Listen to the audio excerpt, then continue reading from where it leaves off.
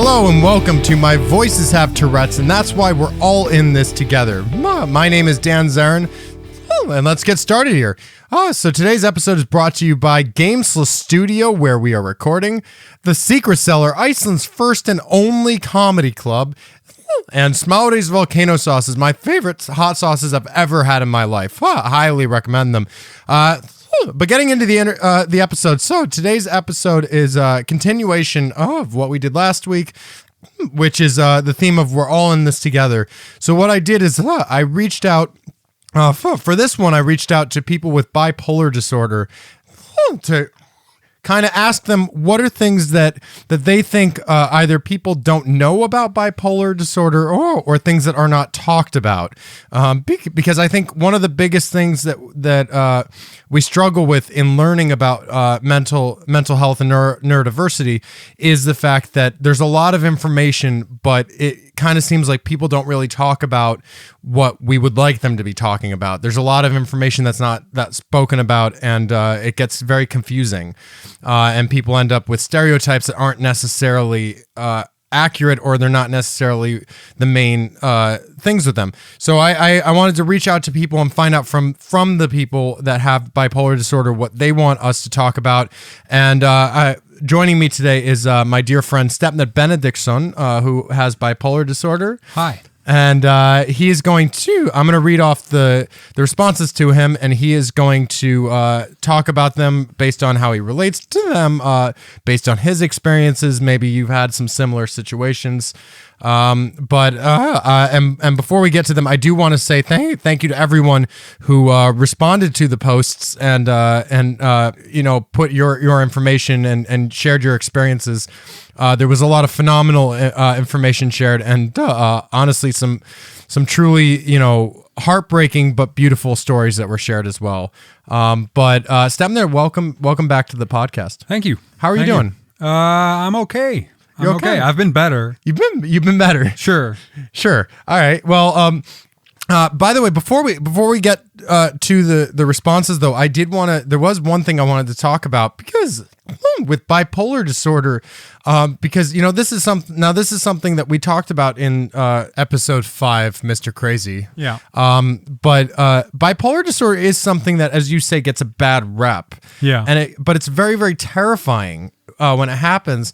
One of the things that recently happened was Kanye West went through a manic episode. But the thing is, that was in front of the entire world. Sure.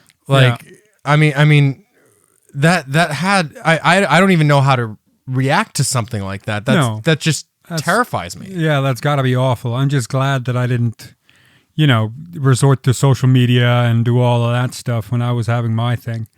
Because it's out there forever, and it's really hard to come back from that. Right.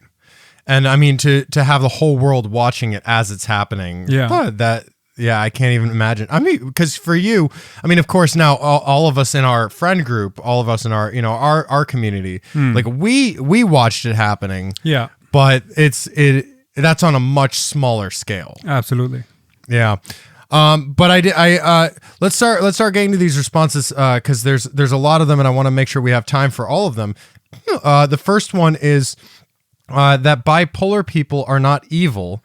I see so much hatred toward them. Yeah. Well, in my experience, because of the intensity level that I get to when I'm having a manic episode, people think I'm really aggressive, and people think that I'm hurtful and people think I'm bad, right? Whereas it's not coming from that place at all. It's more of a, like, I hate to say passionate, but yeah, I get intense. Right.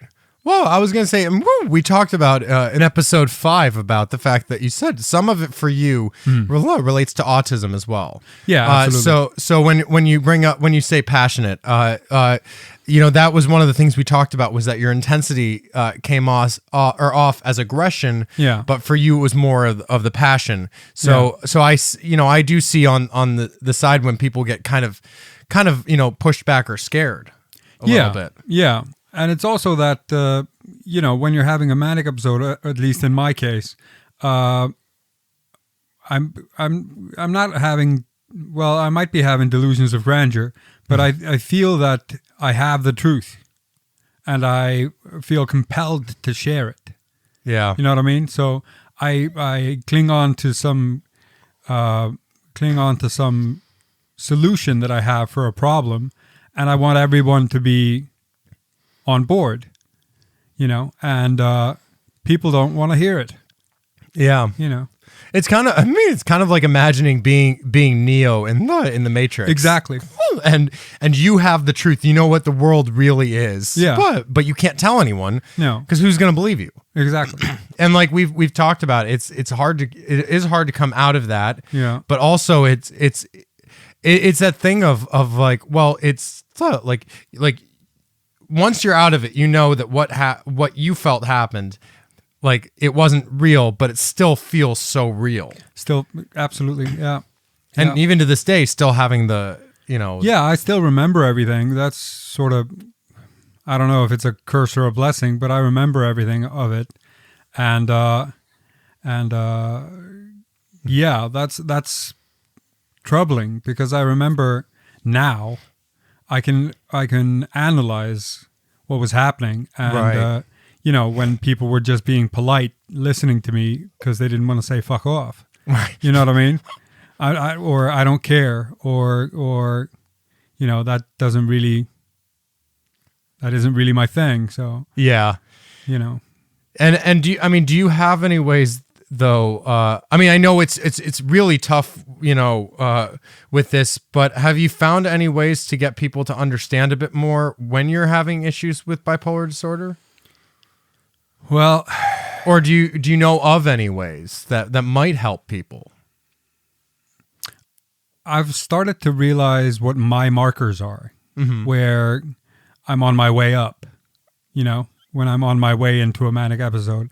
And I feel that now I'm better equipped to recognize those markers and seek help. Right. Before it gets out of hand. Yeah. Because I've had 2 rather large manic episodes where I lost connection with reality, and I didn't think I was someone else, but I thought that I had a different role. Yeah. Than I do have. Yeah, and that can be terrifying. I don't know if you remember, I was telling you about a dissociation moment I had where it was like my mind made me believe that I had a different reality. Yeah. Well, it was like my mind, I had different memories of things that happened. Yeah. But it wasn't the same as a manic episode because I didn't necessarily believe that was true. Right. And it's such a strange feeling. But I did want to point out, back with the comment that we were actually talking about, about bipolar people not being evil. This is something that is a very good comment, because it is, and this is why I really want to spread the love and spread the awareness, because right. I want people to realize what's going on, so they can realize that someone in a manic episode is not purposefully trying to be this person. No. You know what I mean? Yeah. It's a weird way of putting it, but they're not purposely trying to be an asshole. They're not purposely trying to be against something. No. It's just in that moment, all what they need help more than people turning away from them. Absolutely. And it's not that we're behaving erratically. It's that we're getting the wrong signals, and our responses to them are perfectly normal. Yeah. If you do believe that you're from another planet, right? Of course, that's your reality, and you're very much based in that reality. Yeah. So it's logical to me. Yeah. The next one is that people think they can just get better if they think positively. That's not how it works. Not really, no. I can't help but giggle a little bit. It's not that that it's a bad point. It's just I've heard this with so much. Yeah, if you just do a little yoga. If you just do a little yoga. Hey, maybe buy a cat. Maybe if you just get out, have a drink with the friends. Exactly. It's. I've heard about this excellent meditation video on YouTube. Yeah. But that gets tired really quick. but thinking positive for bipolar disorder. Yeah, no, that's not going to help. That's not going to help. Of course, it's going to help a little. Thinking positively helps everyone. Right. Right. But yeah, I'd say it's a brain disorder. That's the thing. I think what people get confused by here, and why I'm actually I'm really grateful that certain things are being classified now as neurological as opposed to mental health. Right. Because mental health, I feel like mental health disorders and syndromes, it seems like people are more geared toward well, it's mental, so you can just think positively, and it'll solve itself. Right. But which is not true. But I think with what I've noticed, as soon as that neurological tagline or like word is tagged along with something, right. people start going, oh, it's not just a positivity thing. Yeah. You know what I mean? Right. Well, it's neural pathways. It's where, your signals get crossed. Right. It's not that you're lazy or that you don't want to do things or it's that you're you've got blockages in your brain that prevent you from doing all these things. I mean, I meditate maybe twice, sometimes even 3 times a day, but that doesn't get me out of my depression funk. Right. Yeah. It doesn't. Oh, every time I hear someone say, maybe have you, just don't be depressed. Just don't be sad. Just, think positively. It just makes me think of when I'm playing a video game and I die, just having someone next to me going, just don't die. Yeah. Well, I mean, I sure tried. Yeah, exactly. It's not like I'm sitting here going, you know what I really want to do right now is I just really want to have my day ruined. I really just want to spend it in bed, really like telling myself I want to get out of bed, but I can't physically get my body to move. Right. That's just, that sounds like a great day for me. Yeah. And, the anxiety that comes with all of this, because you feel that you can't do anything right. So why bother trying? Right. And then you've got all these obligations that you need to do, like not even obligations, fun stuff that you want to do. Like doing a podcast with your friend. But that still has you so anxious that you're in bed till 12:30 and you got the interview at 1 o'clock. And have you tried just not being anxious? Yeah. Not really works. Doesn't really work. I wish that worked. I really wish that worked. Yeah. I really do. I mean, all of us genuinely do. Like when you're in a manic episode and so someone just goes, well, have you thought of just maybe just bumping out of it? Yeah. Oh shit, never thought about that. Thank you. Come on down, man. You're way too high. Oh man. So the next one, it's a little bit longer. It's I'd like them to please know what they're talking about before posting incorrect and simplistic explanations. There are many variations of bipolar and an infinitude of cycling patterns, and not all bipolars have manic episodes. Bipolar is a serious and complex disorder and with a high mortality rate. Misinformation can be dangerous. Absolutely. Absolutely. Have you had issues with that before? Well, I was misdiagnosed so many times. I was diagnosed with, severe depression and got medication for that, and that sort of sent me off into a hypomanic episode where, I was really active and it drained me. Right. It took a few months and then it drained me, and then I got into a depressive episode that was no way of getting out of without medication. And I've also been diagnosed with anxiety, and it's hard to say what it is without having experienced it. Right. So you should really listen to people that have it. Yeah. It's so hard to just go, this is bipolar disorder, here you go. Well, I think it's also important to I think it's important to point out that, doing going online, reading research, it is good. Yeah. But I think it's important to realize that research doesn't necessarily get updated very often. I mean, That's true. And with a lot of this stuff, the research is at this point very, very outdated. But in a lot of with a lot of organizations, there's just simply no funding to do. And with researchers and psychiatrists and such that are trying to research this stuff, there's just simply no funding. So there's no way of knowing at this point, like if I go online and I read research from about bipolar disorder, I have no way of knowing if that's accurate anymore. You know what I mean? Yeah. Well, I think it's because of the stigma that comes with the whole thing. There's so much shame. People are shamed for having mental disorders. You know what I mean? Yeah. So it's not research as much because of that thing where you just get out of the funk, just feel better, man. Yeah. But what I think is interesting about here and why I wanted to do these episodes is because when you hear from people that actually have it, maybe they don't know the technical terms. Maybe they don't know. That's true. Maybe they don't know why something is happening, but they can still tell you what's happening, and then they can tell you from personal experiences. They can tell you from what's actually happened to them. Yeah. And I think that's important to hear, and I that's why I love the fact that so many people commented on this, but because it's like the episode says, we're all in this together. We have to stick together. There's only one way to do it, and I think this is the best way to get the information. Absolutely, and they mentioned rapid cycling and different types of cycling.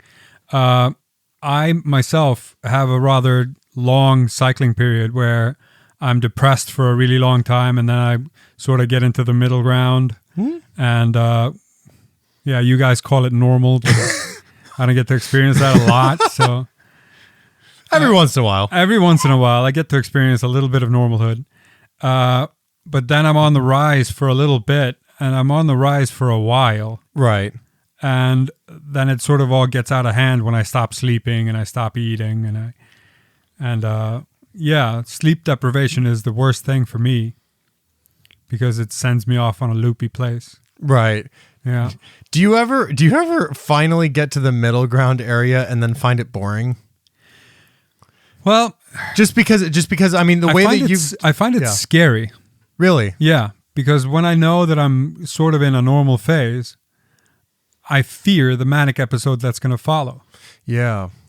So being depressed is my safe zone. Yeah. That's when I feel the most myself. Because as soon as I'm normal, I'm very afraid that that's not going to last. And I know that the only way out of normal is up. That's true. Yeah. Wow. So that scares the crap out of me. Yeah.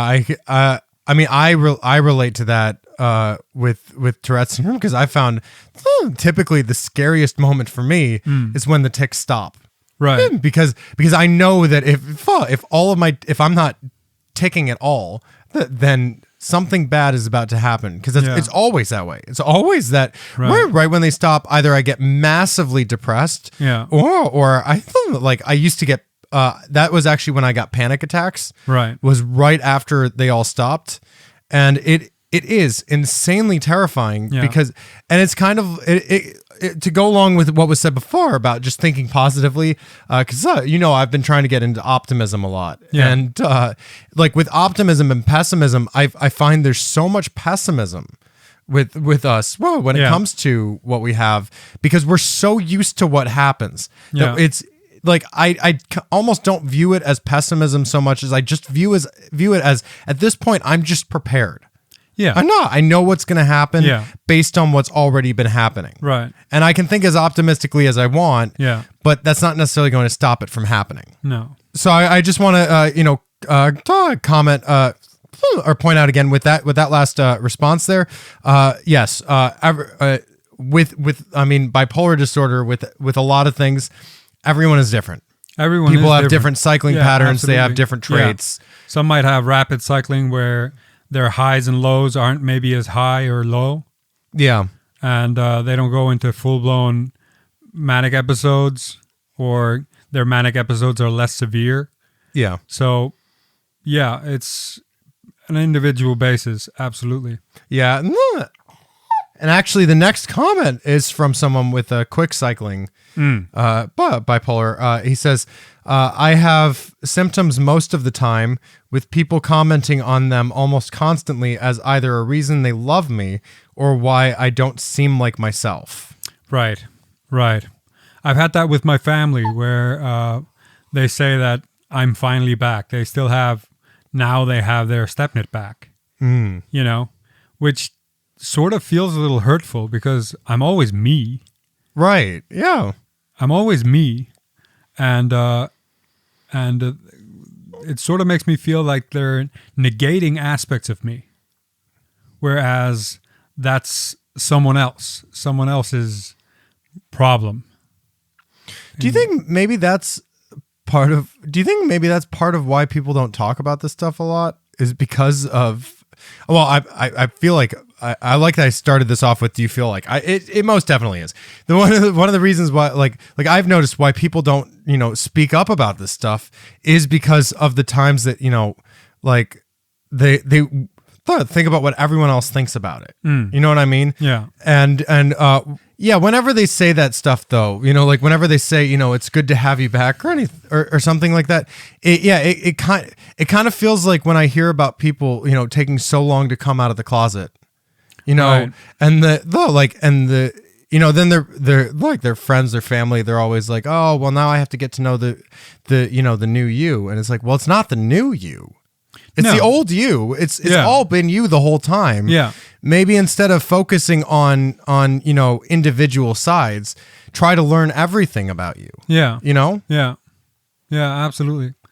There's also that thing of when this happens, when people say that you're finally back or now I know you, or a lot of this is masking. Yeah. Where you don't want anybody to know that you're in the funk. It's the shame thing again.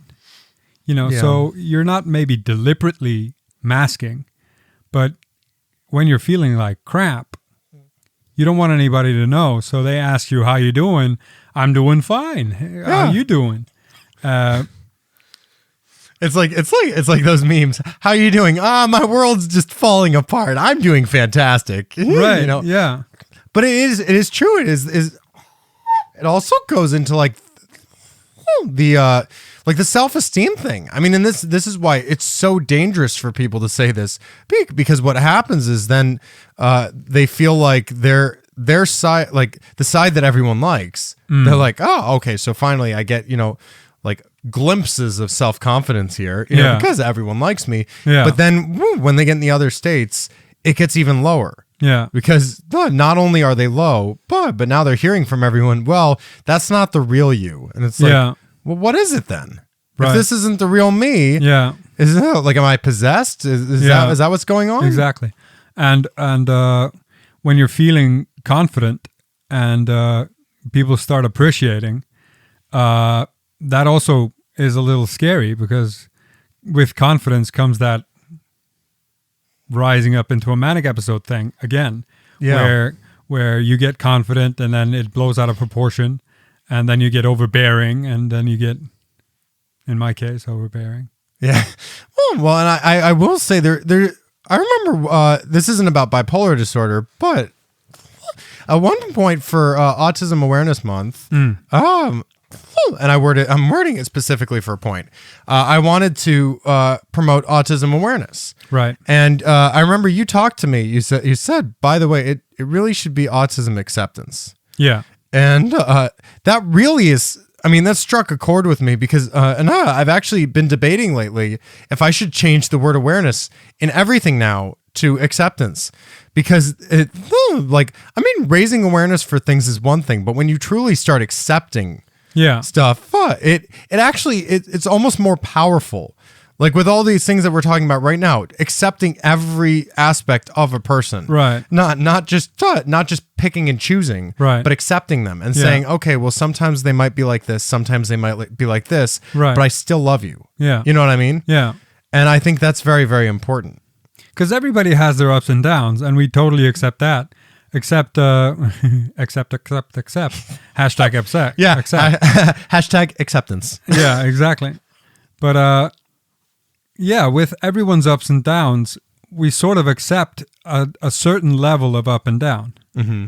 But when it becomes extreme, we go to that place where it's not really you. Yeah. Whereas you're going really high or you're going really low. Is there anything I can do? You know? Yeah. And I mean, honestly, that's, I think that question right there, everyone should ask that more. Mm-hmm. What can I do? Like, what can I do to help? Yeah. If 99 out of 100 times you get nothing, then that's what you get. Yeah. But that one time someone might go, actually, I'm glad you asked. This is what you can do to help. Exactly. And with everyone always asking, what can I do to help? What can I do to help?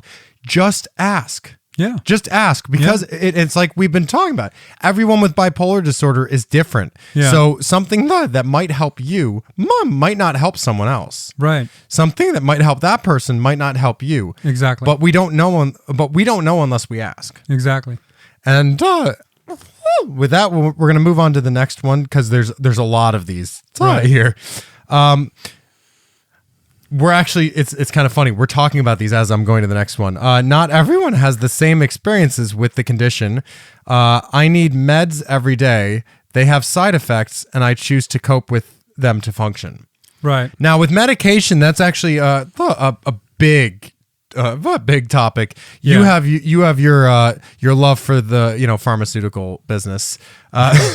Yeah. You love big pharma. I know that. Oh yeah. I'm a big fan. You don't have any jokes about it at all. Right. I don't. This is one of those moments where I'm like, I know you don't always sense sarcasm, but I don't need to explain. No.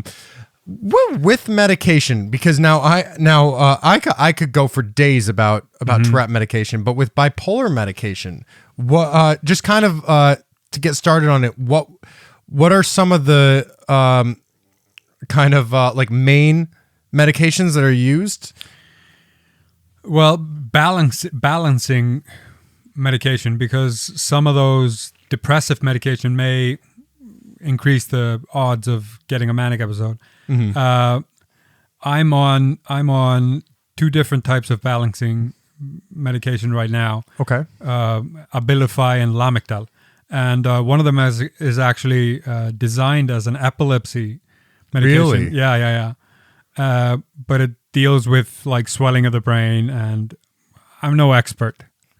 I'm seriously no expert on medication, but I feel that these are better for me than a combination of SSRI medication and some other medication in that genre, because the side effects of those haven't been very pleasant for me. Right. It's weird. Have you noticed that a lot of the medications for things are typically not for that thing? Yeah, the side effects are actually what they end up using as the actual effect. Right. Yeah. Because I've noticed, like, every time I talk to someone about bipolar medication, they always say, well, I mean, I'm taking this medication. It's not really for bipolar disorder. It's for epilepsy. And then I think about the fact that, like, I had a medication that I tried for Tourette syndrome that was really for people with Parkinson's. Right. And I was like, I mean, in that one, I kind of understand it because of the shaking, Yeah. But at the same time, it's just, it never seems like they actually make a medication for what you have. They try. They of course. Try. Yeah. But yeah, it's hard to get it right, because the brain is a really complex organ. Oh yeah. So, and it's, as we said before, very individual. Yeah. So it's hard to get it right. Now, have you had luck with the medication? I mean, like, as opposed to, and obviously basing on the fact that anyone listening into this, this is not going to be a statement of whether or not you should take medication. That you should discuss with a medical professional. Absolutely. But for you specifically, what have been the changes that you've noticed being on and off medication? Well, some of the medication for bipolar disorder has been known to make you flat. Okay. Where it's hard to experience emotion at all. Yeah. I tried that in 2008, I want to say. and yeah, it had me really flat. So I came off of that medication because I'd rather feel something than nothing at all. Yeah. The medication I'm on now has been working really well, but I've also sort of been really anxious and sort of depressed lately. So I talked to my doctor about getting more medication. So now I'm on even more medication. You're up to the main course now. Oh yeah. You always talk about how it was like a meal of the day. Now you're up to the main course. Exactly. Yeah, I'm doubling down. But I think that I might need to take medication my entire life, just to keep in balance. But there's nothing wrong with that. No, people take vitamins every day. And I think medication gets a bad rep because of the fact that I mean with medication, people at this point, I think it's because there's been so much bad stuff shared about it. Look, if something works for you, then something works for you. It's Exactly. It's like that whole thing of if the shoe fits, Exactly. The only thing though that I don't like about medication is the fact that there are the side effects. There are the things that make it that you didn't have before, but now you're dealing with. But then it becomes that kind of struggle of, well, is it worth it? Yeah, you have to balance it out. Yeah. Yeah. I mean, is it worth it to be on the medication or believe that you're a doctor and get tackled by 6 or 7 police officers? That's true. That's true. Yeah. Hashtag things that should have been explained earlier. That's that was one of your manic episodes. Yeah. Yeah. So the next one. I want to comment real quick. The next series of statements was actually from one person. I just really loved their response so much that I wanted to just break it up into a bunch. And this one is very, very intense, but I think it's very, very important to talk about. And that is that fatality rate is 5 to 20%. And then in parentheses, successful suicide attempted is way higher. That means as many as 1/5 of people diagnosed as bipolar will die from it. I think this puts how serious the disorder is into perspective. Absolutely. Yeah. Yeah. I mean, I have attempts myself. I can sense, based on experiences with other disorders, but why do you think it is so high? I can also kind of sense just from my knowledge of this, but. Well, in my experience, it's that I don't necessarily want to die. Right. But I definitely don't want to live like this anymore. Yeah. So there's that. And then, in my case, I've done the suicide math. If you ever heard of that, it's where, you assess how long your friends and family would grieve you as opposed to how much harm you're going to cause them for how long while you're alive. Yeah. So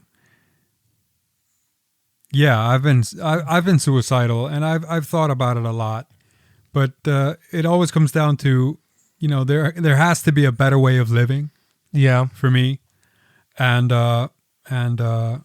so yeah, unsuccessful suicide attempts, fortunately for me. Well, what I love saying about suicide. First of all, I feel really bad for saying this, but my OCD really wants to say hashtag suicide math. But it just sounds like a hashtag. But no, the thing is that suicide, if you think about it, is one of the only things in life that's better to suck at than be good at. Absolutely. And obviously people that are still alive are terrible at suicide. Otherwise, good for them. Yeah. And it's very, very good. And I'm glad you suck at suicide because you're one of my best friends. And I'm really glad you're alive. But as someone who has suffered from suicidal thoughts tremendously throughout my life, how do you cope with them? I mean, when you get them now that you are more stable, how do you cope with them when you get them? Oh man, that's a tough one. Yeah. Tell me about it. Yeah, because it changes from time to time. Sometimes I call a friend. Sometimes I just wallow in my own self-pity. Right. Sometimes there's not much else you can do. Exactly. So the distraction game is really a big factor there, where once you get the suicidal thoughts, you want to distract yourself with something else. You want to think about something that's worthwhile living for. Right. And you want to think about, is it that I want to die, or is it that I don't want to live like this anymore? What can I do to get out of living like this anymore? So, yeah. Do you ever share your suicidal thoughts with anyone, or do you just bottle it in? I bottle it in. Yeah. I've noticed it is so hard when people ask, like, what can, because I feel like when people ask what they can do to help with the suicidal thoughts, I kind of feel like I have to tell them what's happening. Yeah. But at the same time, I don't want to scare them. I don't want to scare them. And again, with the shame, Yeah. because you get shameful over these, But it's weird. Like, have you noticed? It's a weird feeling when you actually think about the fact that we don't want to tell people what's going on. yeah. But look at our show. I mean, Well, it's weird because and we've noticed that once we start talking about this stuff, we feel better and we feel safer. Yeah. So, safe is a word I've been using a lot lately for this. But for some reason, with suicidal thoughts, it's just it's a different game. Yeah. Not game. That's a terrible word to use Yeah, for it's a this. different animal altogether. I was going to say different ballpark, and then I went with, it's not even a different ballpark. It's a different game, but this is not a game. This is very, very serious. Yeah. And it's just a different everything. Yeah. And it's also that, when you're having suicidal thoughts, a lot of it is that you feel like a burden. You feel like a burden on everyone. You feel like a burden on your friends. You feel like a burden on your family. You even sometimes feel like a burden on society. Where you don't want to burden anyone else further by telling them how you're feeling, because that'll just make them sad and make them feel bad. Yeah. So it's really hard to come out of that shell. Well, to be fair, I forget if you were there that night, but there was one night where actually on stage I talked about a suicidal thought I had. And it involved, because all my suicidal thoughts are stupid. They're horrible. And I remember I shared a story on stage about how I had this suicidal thought about performing in front of a crowd. It was kind of like a suicidal dissociative moment where I was performing in front of a crowd, and I asked the person in the front row for their shoe, and then I proceeded to try to shove it down my throat to stop breathing. Right. And as I was doing this, I forget if you were there too, but Thodotler walks up to the stage with his shoe to present it to me, and I'm just like, okay, I get the humor in this, right? But it is so hard to share this stuff, and then when you finally do, the thing is though, I have to say, as much as that it sounds like kind of a shitty move on his part, that made me feel better. Yeah. Just thinking of the humor of the fact that he was like, well, prove it, motherfucker. Like, I mean, there's something, it's weird. Like, dark humor when it comes to suicide actually helps me. Right. And it's gotta be different for everybody. Oh, yeah. But I feel myself that dark humor really helps, because if you can laugh about it, you're not crying about it. You know what I mean? Right. Well, what's bad if you're not crying about it, Yeah. So the next part of this is a fair amount of people who are bipolar can't work or are on disability. Yeah. Yeah. And you're on disability. Yeah. What is the aspect that makes it tough to work? Well, I start working, and within a week, I'm the employee of the month. I'm the guy that the boss leaves the keys with when he's on holiday. And then all of a sudden, I start getting sick all the time. Right. Whereas I'm not sick, I'm just anxious or feel terrible or really depressed. And once I've used up all my sick days, I get fired. Yeah. You know what I mean? And that seems to be a recurring pattern for me. because once you're, once you get responsibilities at work, it gets overwhelming. Yeah. And it's not that we're lazy, us bipolars. In my case, at least, and in a lot of cases that I've heard about, we're maybe too conscientious. Isn't that the word? We care too much. Mm-hmm. We empathize with our boss. We empathize even with the company, and everything gets overwhelming. Where we think if we don't get this done, everything's going to hell. Yeah. Whereas a lot of people can take their job and just, it's a job, whatever. Right. Have you leave their job at work. Have you ever had a manic episode while working a job? Other than my Voices Have Tourettes. No, I don't think so. Okay. Yeah. Because I wonder if, I can't imagine the scare as well, the fright from having bipolar disorder and being worried, well, am I going to have a manic episode while I'm working? What's going to happen? Yeah. There's also that, because once everything starts going well, and I'm usually good at my job, and once everything starts going well, I think that's the root of it. I get anxious because I'm thinking, this is going really well. Where is this going? Yeah. Is this going off the rails? Am I going to lose it this time?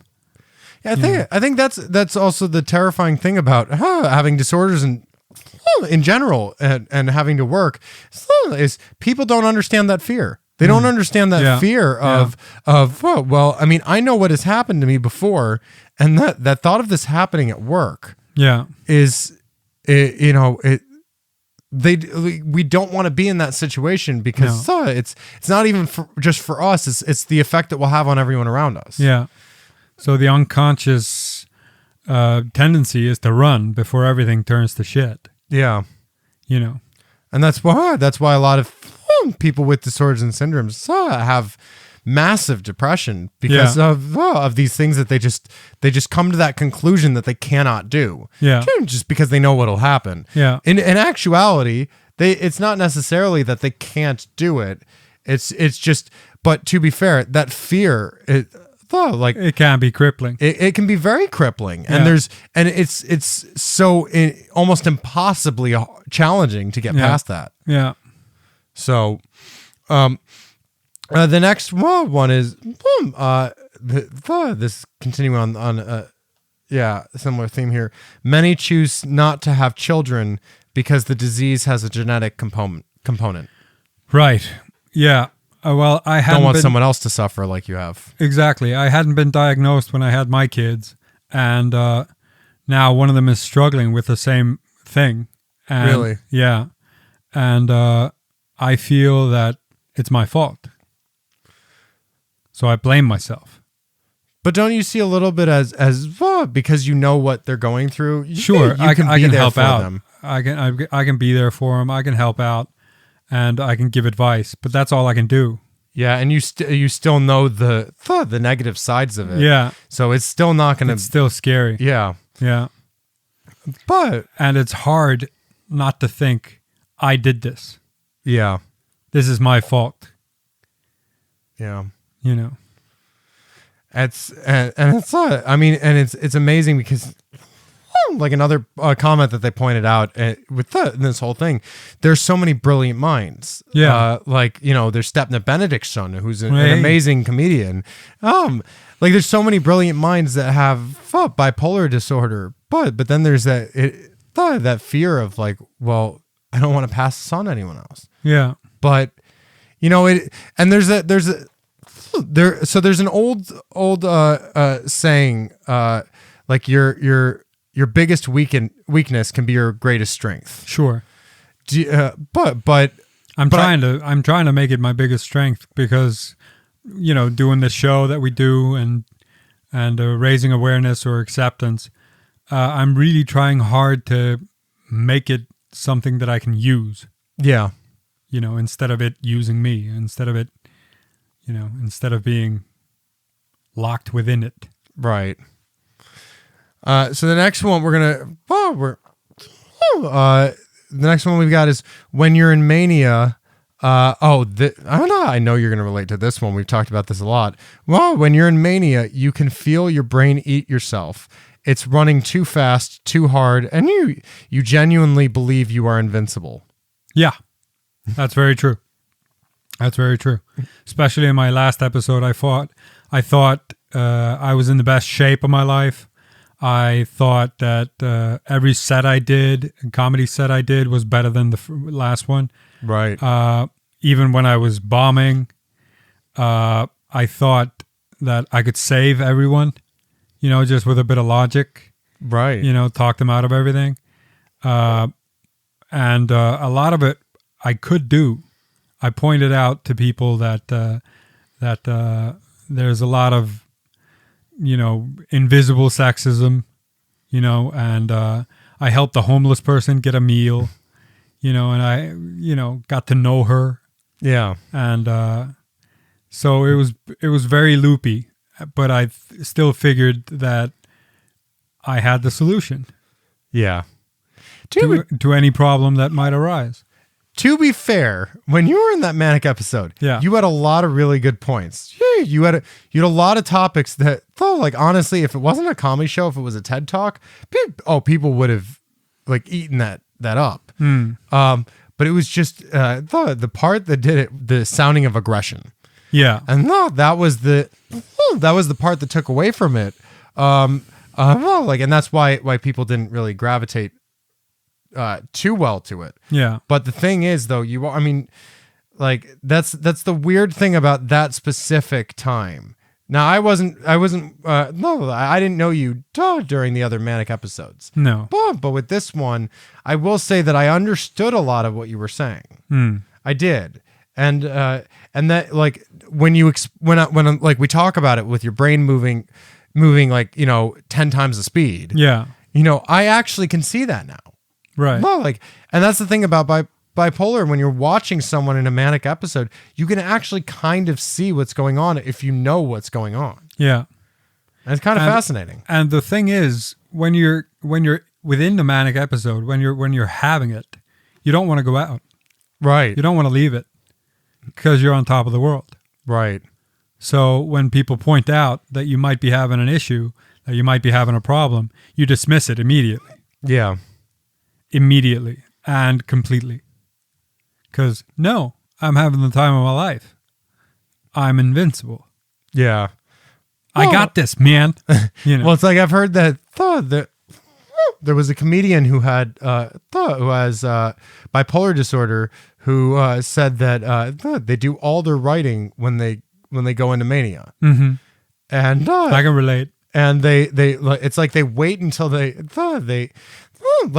it's weird. It's like that thing of I'm afraid of it, but I can't wait. Yeah. It's almost like they can't wait for it because of all the ideas, but then they read the ideas when they're not manic and they go, wow, okay, that was not exactly how I intended that part. Yeah, exactly. There's also that thing of when you're having the depressive episode, you feel that your creativity died. Yeah. And that's what I'm going through right now. I can't think of a single joke, and I haven't been able to for months. But then when I'm talking to people, they tell me, because I've told them I can't find the funny. I can't find the funny. Right. But when I'm talking to people and they're laughing at the shit I say, they go, dude, you totally have the funny still, but I have no belief in it. Right. So that's really hard. Yeah. Yeah. Well, just so you know, you do have the funny. We talk a lot. You've still got the funny. Thanks, man. And the next one is this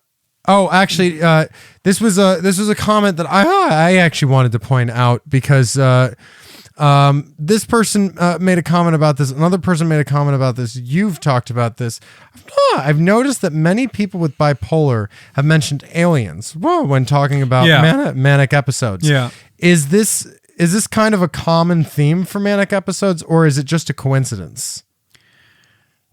Well, considering how many people have talked to me about this and related to it, I think it's common. Okay. I think it's common. It's also that, when your brain is moving 1,000 miles an hour, you feel that you can't be human. This can't be right. Mm-hmm. Because nobody can follow. And it's not that you feel superior. You just feel completely different. Right. So humanity sort of leaves you. Yeah. I mean, because you had a story you used to tell on stage, but you haven't really told it a lot lately. About one of your manic episodes where you believed that you were from another planet. Yeah. And the bluegrass. But your feet were scaly. Yeah. And so when you get these when you get to that point where you feel like you're above humanity or like that, do you feel that that's how other life forms out there might be? I feel like I'm getting into a completely different podcast. We've moved into space talk now. Yeah. Well, logically, when you think logically, if I were an alien life form, I would have had to get here from another planet that we still haven't discovered yet. Yeah. So you can imagine the technological advancements that have had to have happened for me to be able to do that. So how far along in the evolutionary chain the alien has become, So, yeah, it sort of makes you feel that you are more advanced, but not superior. Mm-hmm. Just, we're just a little further along. Interesting.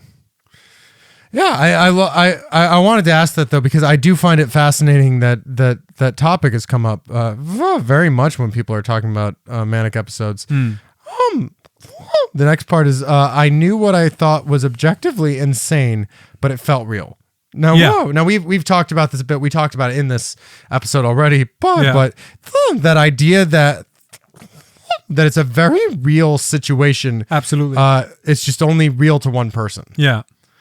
But we did already discuss that one. And if you want more on that, check out episode 5, Mr. Crazy. The next one is that it distorts your judgment and understanding of situations. So you often fall in with people who are mean to you, who abuse you, or are just generally bad individuals.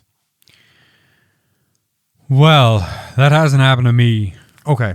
That hasn't happened to me, but first one you don't relate to. Yeah, yeah. But I can see how when you're having a manic episode, this has happened to my son, people get taken advantage of. Yeah. Because it might be easy to convince them of the importance of doing something when it's not important. Mm-hmm. In my son's case, it's been about getting drugs, to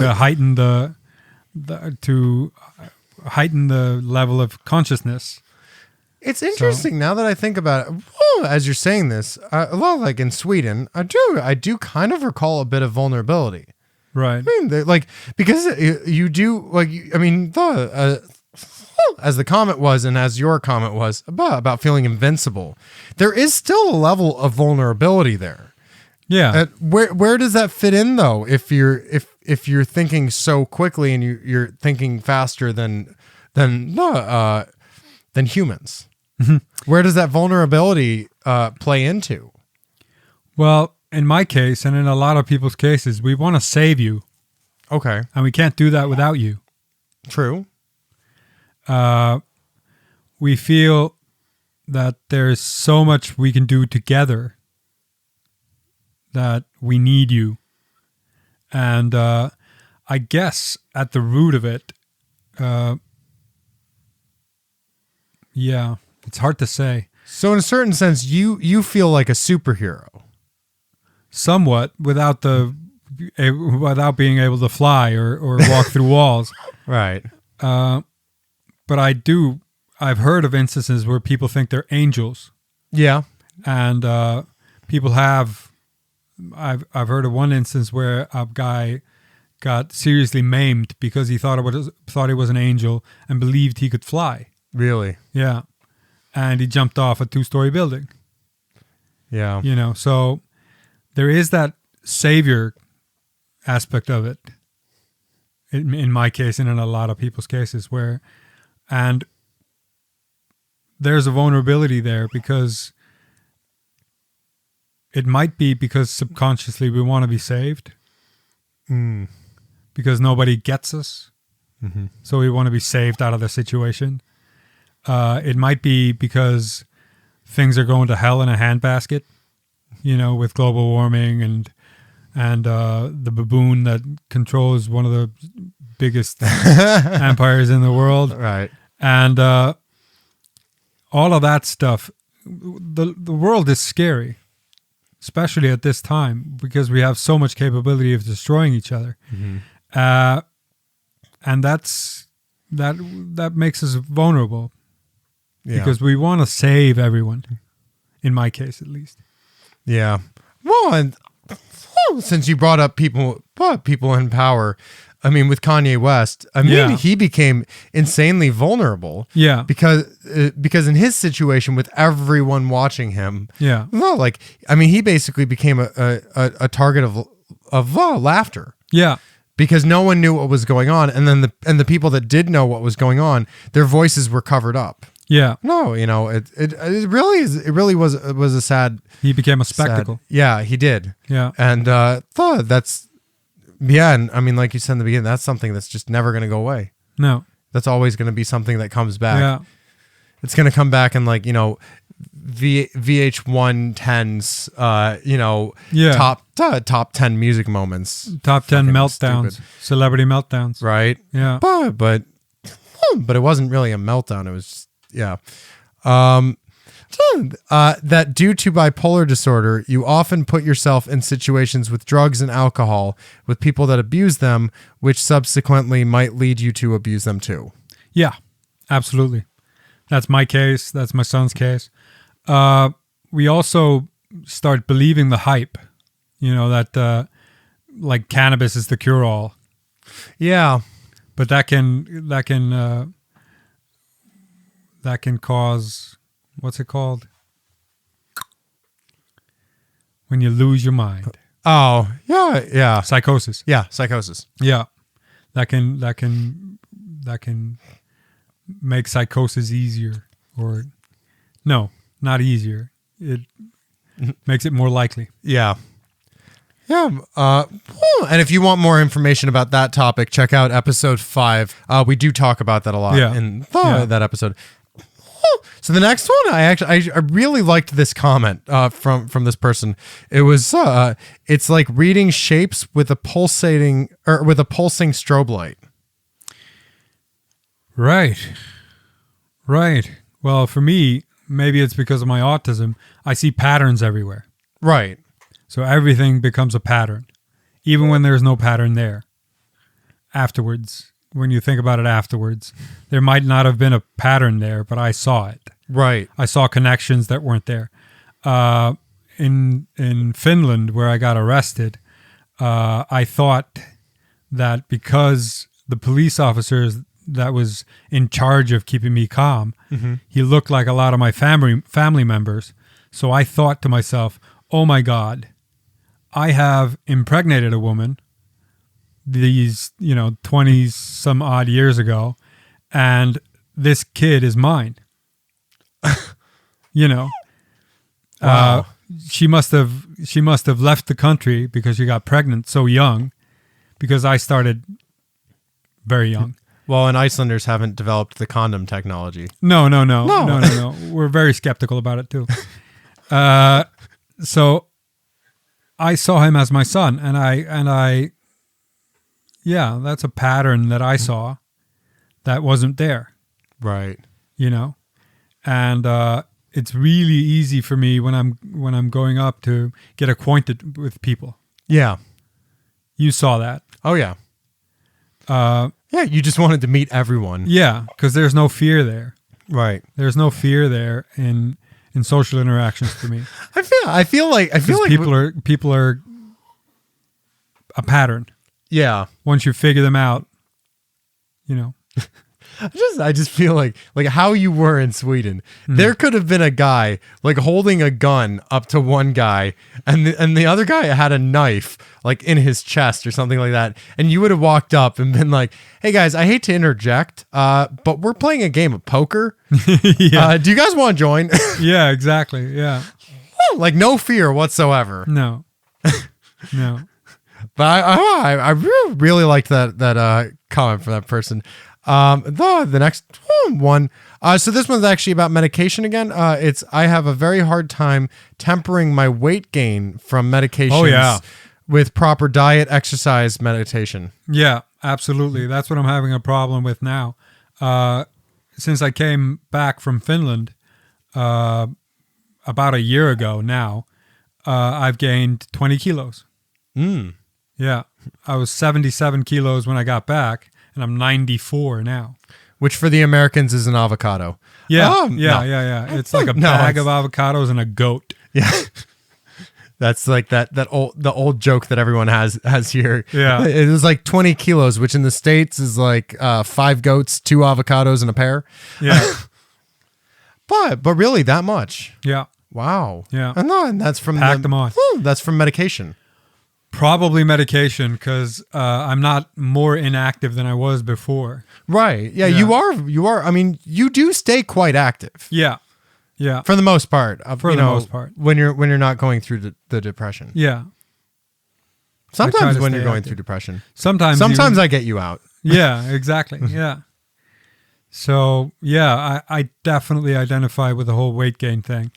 And when the medication hasn't been regulated yet, it's really hard to maintain the correct diet, get proper exercise, and once you start getting to the point where everything becomes easy, a lot of people think, "Oh, I'm all better now, so I don't need the medication anymore." That was I forget if we talked about that in episode 3, but that was I had a roommate years ago who had bipolar disorder, and I learned this from him, was that it is very common with people with bipolar disorder that at some point they feel like their meds aren't working anymore, so they stop taking them. Yeah, that's very common, and also that when you start getting the weight gain and you start gaining weight, and it feels like the depression isn't leaving, and nothing seems to be working. You try, within parentheses, alternate medication. Yeah. So that's why it's maybe easy for you to turn to drugs or alcohol or any of that.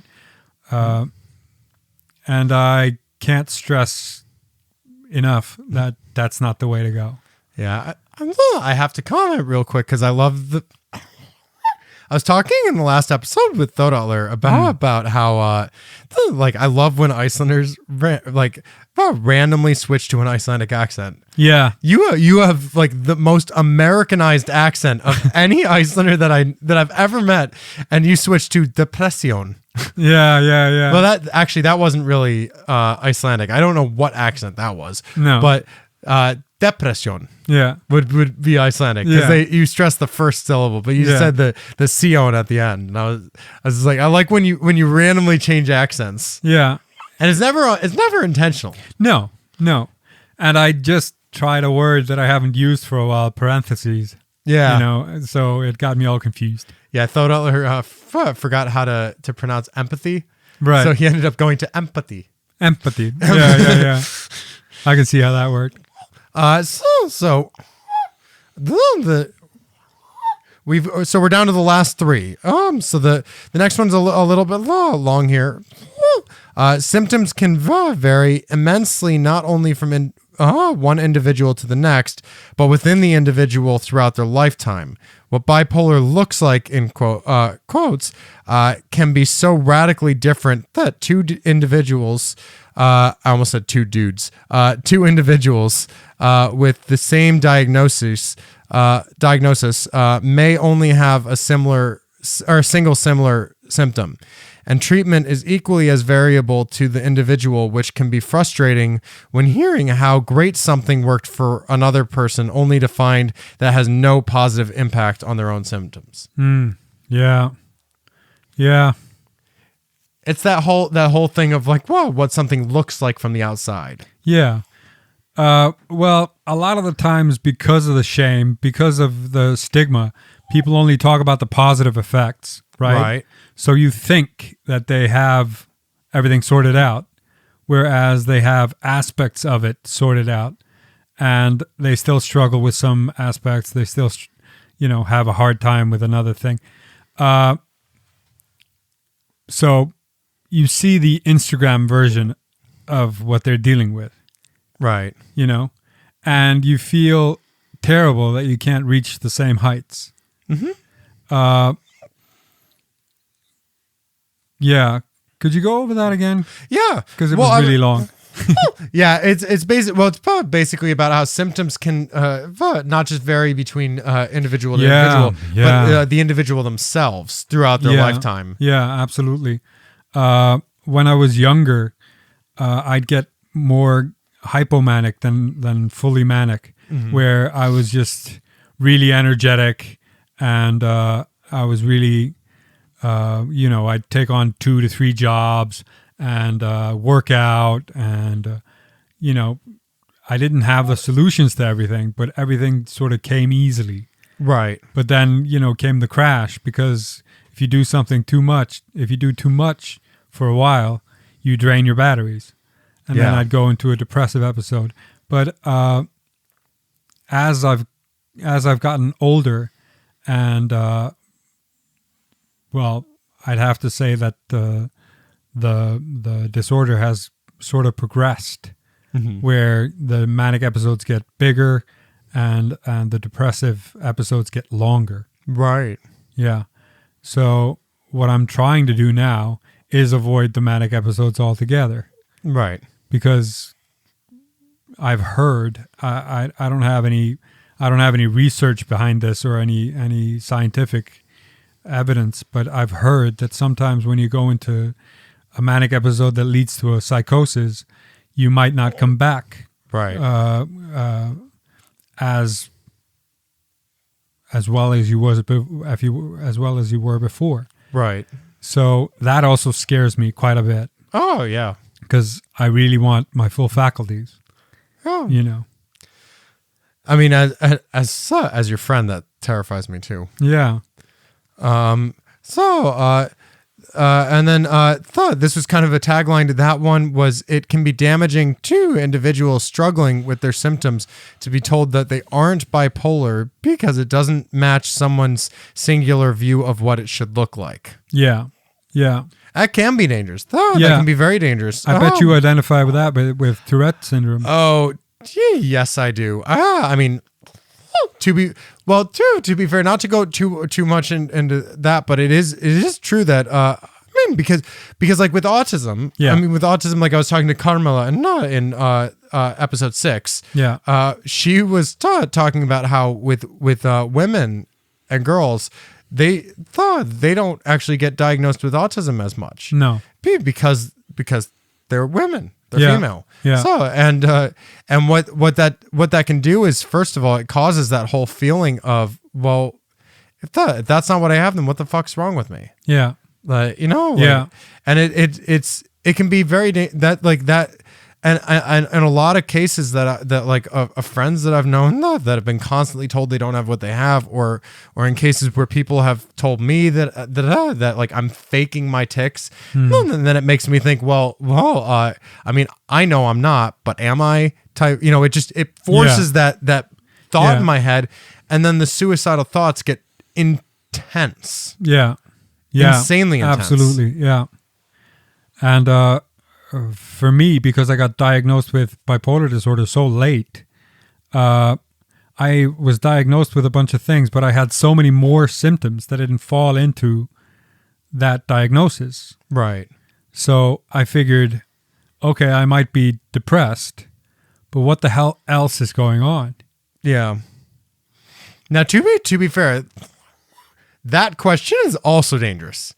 I do want to point this out because this is something that I find very fascinating about disorders and syndromes, is that idea that you don't have anything. Oh, okay. Well, what the fuck is wrong with me? Yeah. Well, that is dangerous because then you get thawed down about it. Yeah. But then there's the question of, well, okay, so I have this, but what's this? Yeah. Ooh, and what's this? And what's this? Tell me everything, doctor. I want to know every single thing that's wrong with me. I want answers to everything.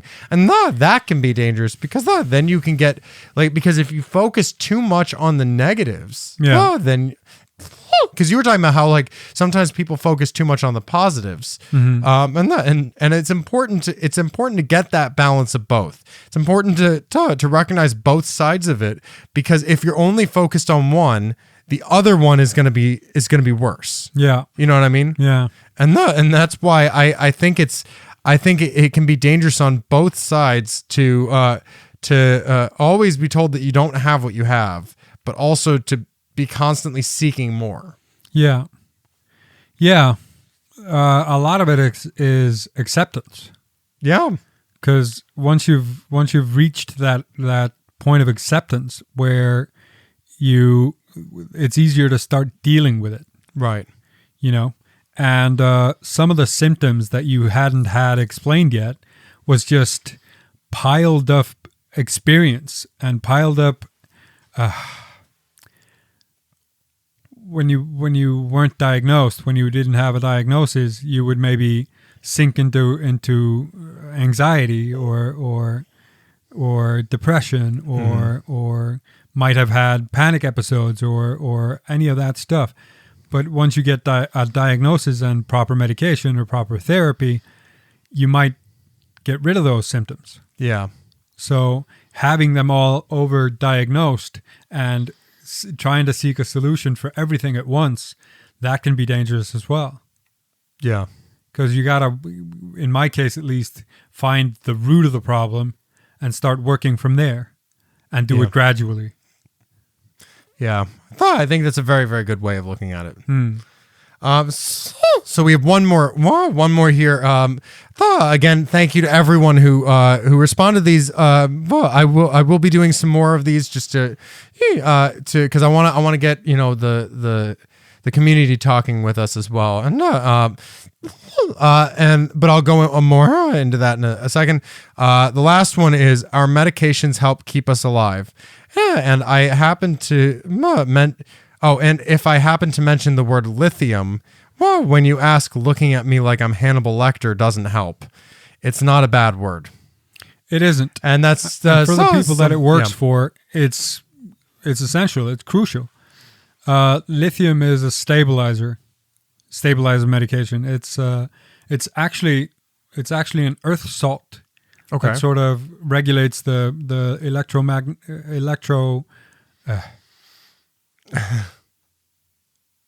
the neuronic responses in your brain. Okay. Right?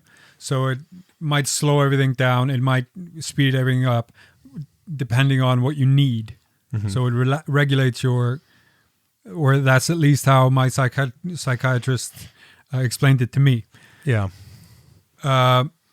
So it's not a bad word. And that's sort of what I want to do with this whole awareness acceptance thing is to get people on board with the fact that medication isn't a bad thing. Right. I mean, if you break your arm, you want to put in a cast. Mm-hmm. You don't want to just shake it off. No. Because then you might actually shake it off. Well, not exactly. But, but I get your point. Yeah. If you have asthma, you need asthma medication. Yeah. In a lot of cases, right? Same with allergies. Right. If you're diabetic, you need your insulin.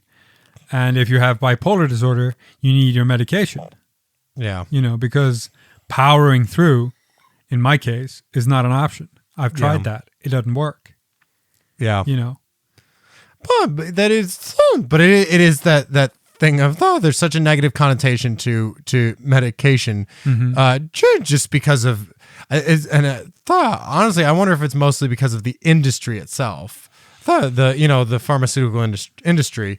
But at the same time, I mean, yeah, there are people that depend on the medication. Absolutely. There are people that simply can't function without it. Absolutely. So to get all these, these people that are, I mean, look, when I see these memes or these posts, with people like showing a bunch of pills and they say this is what society thinks you need, and then it shows a picture of nature and it's like this is what you actually need. It's like, well, okay, for you, but not for someone else. Yeah, and if you want to function in the society that we have now, it might be different if we were all villagers in tiny little villages and you could be as weird as you wanted to be, or as you were, not how you wanted to be.